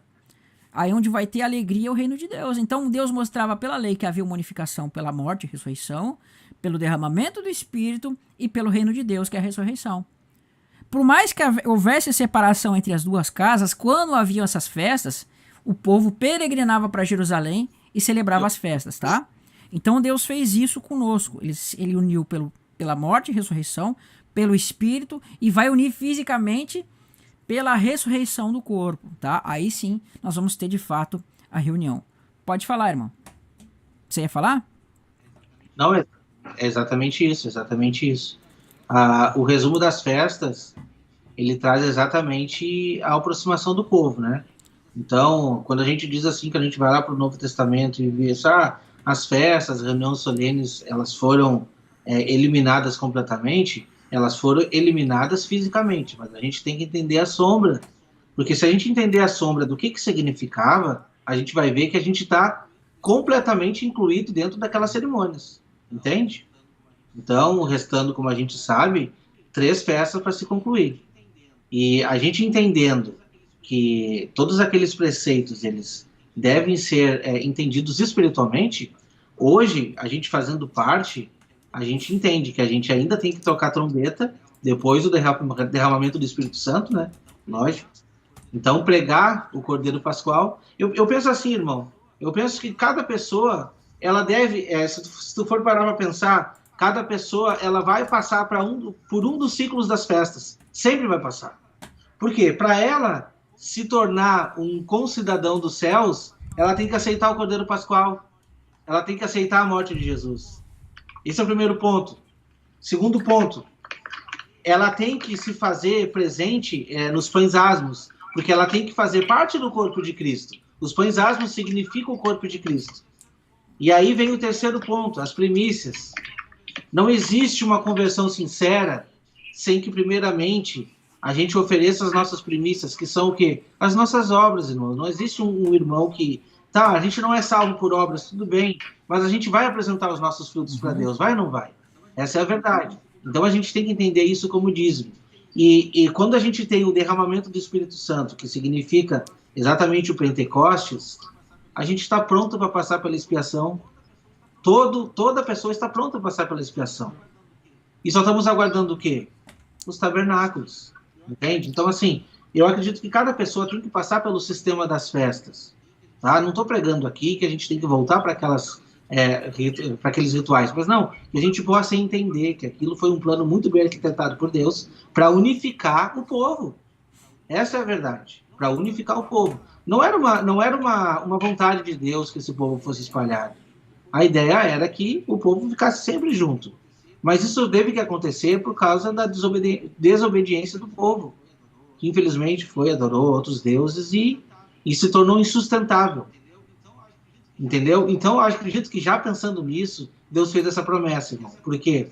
Porque essa promessa que foi derramada para Abraão, Isaac e Jacó, é uma promessa de uma descendência não física, entende? Ela foi dada para aqueles que estão espalhados perante as nações, para que hoje, aquele irmãozinho que se acha assim inseguro, que, nossa, a gente vê tanta gente aí com tanto mais capacidade, quem sou eu? Eu respondo para essa pessoa, tu é um filho de Deus. Tu é um filho de Deus. Entende? Eu respondo para essa pessoa. Não são por certas atitudes que você vai se salvar. É por uma promessa que Deus fez. Mas você precisa aceitar primeiramente o Cordeiro Pascual para entrar, começar a ser aderido nessa promessa. Entende? E Deus quer enviar o seu Santo Espírito para que a gente possa cumprir todas as etapas e ser encontrado juntamente com Ele naquela reunião do último dia, né? Essa é a Amém. verdade. Eu vou continuar o texto que você falou ali, irmão. Vou botar aqui na tela. Você estava falando sobre Ezequiel, né? Eu vou ler essas últimas partes aqui, ó. Você leu aqui, né? Uhum. Deixa eu botar aqui na tela. Diz assim. Ó, tá dando eco aí do meu som acho que no seu Instagram. Diz lá assim. Eu tive que botar o carregador que tava acabando a bateria. Olha lá. Diz aqui, os pedaços de madeira que houve escrito estarão na tua mão perante eles. Aí diz lá. Diz-lhes, pois assim diz o Senhor Deus, eis que tomarei os filhos de Israel dentre as nações, para onde eles foram, e os congregarei de todas as partes, os levarei para a sua própria terra. E aqui tá o texto interessante, né? Farei deles uma só nação na terra, nos montes de Israel, e um só rei será dele, todos eles. Nunca mais serão duas nações, nunca mais, para o futuro se dividirão em dois reinos. Essa promessa aqui, irmão, você vai ver que os apóstolos às vezes vão perguntar. Olha o que eles vão dizer aqui. Isso aqui lá em Atos capítulo 1, tá? Vai dizer assim, verso 5. Porque João, na verdade, batizou com água. Tá bem alto o eco aí, irmão, tá? Tô escutando aqui. Porque João, na verdade, batizou com água, mas vós sereis batizados com o Espírito Santo não muito depois desses dias. Então estavam reunidos e lhe perguntaram, Senhor, será este o tempo de restaurares o reino de Israel? Tá aqui, ó. Farei deles uma só nação nos montes de Israel e um só rei sobre todos eles. Nunca mais serão duas nações, nunca mais para o futuro se dividirão em dois reinos. Então, a pergunta que eles fizeram aqui estava sendo respondida lá, aonde? Lá em Ezequiel 37, verso 22. Por quê? Porque veja como ele está falando que é uma questão para o futuro, porque Jesus teria dito, não, isso já foi restaurado, mas ele fala... Respondeu-lhe, né, aqui, não vos compete conhecer os tempos e as épocas que o Pai reservou pela exclusiva autoridade. Então é uma relação com aquilo que ele diz lá, né, que nem o Filho, nem os anjos sabem o dia e a hora, somente o Pai que estás no céu. Por quê? Porque ele está apontando para a ressurreição aqui. Então quando Deus mostra aqui a vara de Ezequiel, quando ele mostra os pedaços se unificando, é claro que no primeiro momento é a cruz. Você vê a vara de Judá e a vara de Israel, ou seja, é a cruz que a casa de Judá aceitou e a cruz que a casa de Israel aceitaram e se unificaram, formaram uma cruz só. Por isso que você tem, né? Por isso que você tem a cruz, ela é formada de duas partes, ou seja, Judá e Efraim, que se unificaram e foram unidos na crucificação de Cristo. Então, ali Deus ele estava restaurando literalmente o reino. Aí a pergunta é que fica, né? Onde é que fala na escritura que isso seria com gentios? Literalmente falando, você não vê. Mas quando você soma todos os pontos, você vai chegar a essa conclusão. Você vai chegar à conclusão que estava se falando de gentios aqui. Então, eu vejo assim, tem um versículo aqui até que ele acaba falando de gentil depois de Israel. E aí a gente consegue entender. Quer ver? Tá lá em Romanos 11, no versículo 25. Você quer botar aí? Tá, pode botar aí. Deixa eu só achar um outro texto, mano. Pode ler aí que eu vou achar um outro texto aqui. Tá. Vou ler aqui então. Porque eu quero, irmãos, que ignoreis este mistério. Ele já fala que é um mistério aqui. Para que não sejais presumido em vós mesmos. Porque veio endurecimento em parte a Israel, até que haja entrado a plenitude dos gentios. E aí o que ele fala depois no versículo 26? E assim todo Israel será salvo, como está escrito, né? Virá de seu libertador, e ele apartará de Jacó as impiedades. Esta é a minha aliança com eles, quando eu tirar os seus pecados. Então ele já está dizendo aqui, ele falou dos gentios, mas depois ele já não está mais falando que teria gentio. Ele está falando de um povo só. Ele está falando de um povo de Israel, que a partir daquele momento ali, daquele problema que teve dos judeus não aceitarem a Cristo naquele momento, ele está fazendo uma promessa. Ele está dizendo aqui, ó, e ele acaba respondendo até uma pergunta que muitos dizem, os judeus foram negados, né? Ele está dizendo, em parte, irmãos, houve o endurecimento, em parte, até que se completasse o número dos gentios. Então diz ali, todo Israel será salvo. Não existe mais um povo, não existe mais gentil, judeu, Efraim, Judá, casa de Israel, casa de Jacó. Não. Agora vai ser um Israel pronto, literal, que Deus está levantando. Um povo só na mão dele. E aqui tem mais um texto que diz assim, né? Diz dessa forma, olha que interessante. Paulo falando para os gentios que se chegaram ao Senhor, né? Diz lá, portanto, lembrai-vos de que, outrora, vós, gentios na carne, ou seja, nós somos gentios na carne ainda, tá? Nós somos gentios na carne, mas em espírito nós somos Israel. Porém, aqueles que se dizem Israel na carne não são Israel, eles são na carne. Mas nós que somos gentios, na realidade, somos Israel. Você vê como a coisa se inverte? Portanto, lembrai-vos vós que outrora, vós gentios na carne, chamados de incircuncisão por aqueles que se intitulam circuncisos na carne, por mãos humanas, naquele tempo estavam sem Cristo, ou seja, sem o Messias. Separados da onde? Da comunidade de Israel. Naquele tempo. Estranhos às alianças, ou seja, alheios, separados das alianças da promessa, não tendo esperança e sem Deus no mundo. Mas agora, em Cristo Jesus, vós que antes estáveis longes, fostes aproximados pelo sangue de Cristo, né? Porque ele é a nossa paz, o qual de ambos fez. Onde é que nós lemos isso? Vamos lá. Ezequiel 37, verso 15. Olha lá. Verso 15, né? Cadê? Ó, diz aqui, vamos pegar aqui o verso. Juntos, aqui, ó. Olha só. Mesma coisa. Diz assim, porque ele é a nossa paz, do qual ambos fez um, e tendo derribado a parede de separação, que estava no meio, né? Então, de ambos ele fez um, que é o que diz aqui. Ajuntai-vos um a outros e faz dele um só. É a mesma coisa, irmão. Para que se torne apenas um na tua mão. Então, você vê que aqui nesse texto, Paulo está falando que havia separação entre judeus e gentios, mas por meio do sangue, por meio da cruz, que é o madeiro, o que vai acontecer? Aboliu na sua carne a lei dos mandamentos em forma de ordenança para que os dois criassem em si mesmo um novo homem e reconciliasse ambos em um só corpo com Deus, por isso, por intermédio da cruz, destruindo por ela a inimizade. Então, aqui como o Ezequiel está mostrando a unificação da casa de Israel com a casa de Judá, Paulo ele vai traduzir isso por a unificação de judeus e gentios. Ele não fala que casa de Israel e casa de Judá, mas você vê pelo contexto. A casa de Israel foi tirada nas nações, vai ser chamada de Efraim. Efraim vai se multiplicar como multidão de nações. Agora ele vai aplicar judeus e gentios, sendo reconciliados pela cruz, e Ezequiel 37 sendo reconciliado pelo madeiro. Por que madeiro? Por que reconciliação? Por que um povo só? É a mesma coisa.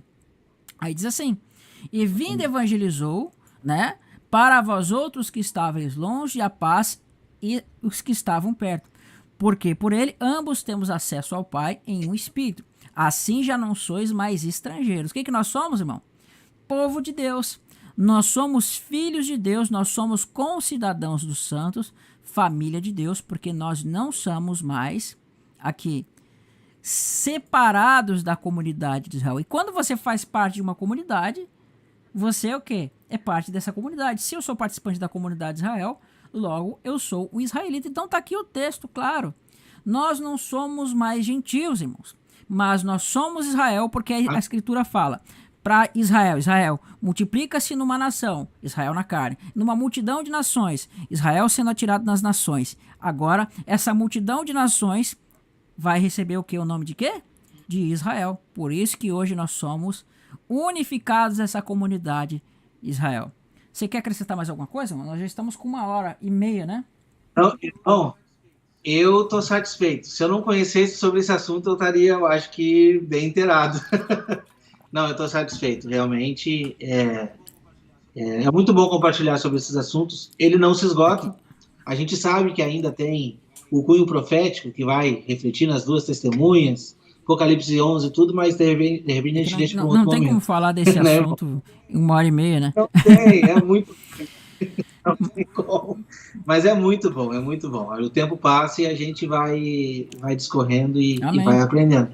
Eu confesso que mesmo eu trazendo textos aqui, eu acabei aprendendo um pouco mais. A gente sempre aprende, né? Amém. A gente pode fazer uma outra live mais pra frente, continuar, não tem problema, tá? Irmãos, eu já tô ficando um pouco sem voz aqui, tá? A gente já tá aí com 1h48, tá? Então foi uma live bem grande, 2 horas. Se alguém não conhece esse assunto aqui no canal, tá? A gente resumiu muito aqui, falou algumas coisas até que estavam assim, não tão a ver com o assunto, mas aqui no canal, tá? Eu tenho uma playlist, você pesquisa aí as duas casas de Israel, Israel de Deus, alguma coisa assim. São 12 aulas, tá? Vão dar 8 horas de estudo só sobre esse tema. Eu vou discorrer desde Gênesis até Apocalipse. Mostro muitas coisas, então se você não conhece, convido você a ver essa playlist, tá? Se inscrevam aqui no canal do irmão Wagner. Você que tá aqui pelo Instagram também, te inscreve aí no meu Instagram, se você que não é inscrito. O meu canal, irmão, é o canal Remanescente. Remanescente, vai ver. Eu também, falando sobre o tema, eu também tenho alguns vídeos, eles estão bem detalhados, tá? Primeira parte eu falo ali na primeira parte, o primeiro vídeo é sobre as promessas, o segundo sobre a divisão do reino, o terceiro sobre a unificação, e aí depois a gente fala a conclusão ali com as duas testemunhas. Então, material a gente tem, o irmão Israel tem, maravilhoso material, também pode contar alguma coisa no meu canal também. Muito obrigado, irmão Wagner, muito obrigado aí pela participação. A gente vai marcar mais lives, mais programas aqui pra gente estar conversando. Fiquem todos na paz do Senhor Jesus Cristo.